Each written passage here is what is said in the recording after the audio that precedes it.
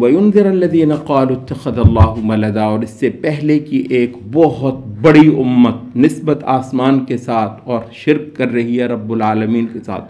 یہ ایک اتنے بڑا ہے کہ کیا وجہ ہے کہ اس سے زیادہ دور ملتیں، نصارہ سے زیادہ دور ملتیں جو اسلام کو پڑھتی ہیں،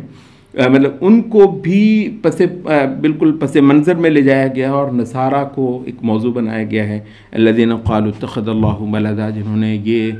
ظلم کر دیا کہ اللہ کے لیے بیٹا تجویز کیا، ما لہم بہ من علم ولا لآبائہم، نہ ان کو کوئی علم نہ ان کے آبا کو، کبرت کلمۃ تخرج من افواہہم، بہت زوردار اسلوب ہے سورۃ الکہف کے،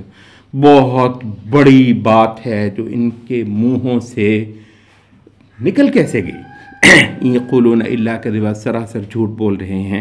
یہ اللہ رب العزت پر۔ اس کے بعد زمین کا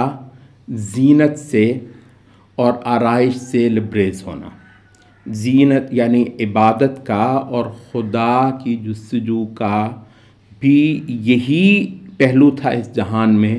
کہ یہ دنیا مزین کر دی جائے، کھلونے اتنے رکھ دیے جائیں یہاں پر کہ بہلنے کو بہلتا ہی چلا جائے اور خدا کا سچا طلبگار بھی یہیں سے معلوم ہو۔